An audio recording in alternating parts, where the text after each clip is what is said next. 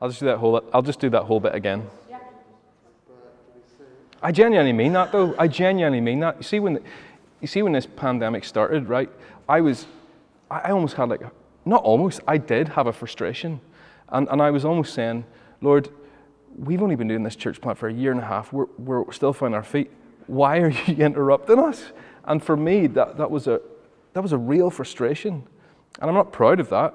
And it was something that the Lord had to kind of work in my heart to kind of overcome.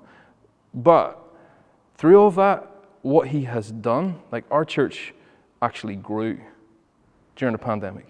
That shouldn't happen, but God did. God brought people to us, and we've seen, like we have one guy. His name's Ryan.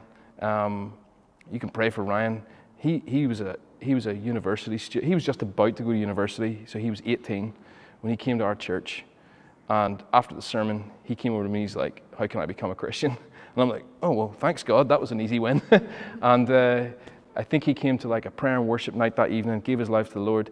He is now, like 3 years later, in Spain, teaching English as a way of evangelizing. And you're like, that shouldn't happen. And again, the selfish, like human part of me, I'm like, no, I want him to stay in my church, but the Lord has him where He needs him, and that's a class story. And people are going to be in heaven because of him, because of what God's doing through him. So that's class. And as our church grows, and as the Lord continues to do His work in this small group of people in a small city on a small island, not only are people being saved, but then we also have those Christians who are growing in their faith and then taking the hope of Jesus to other people and discipling younger believers. And it's just incredible.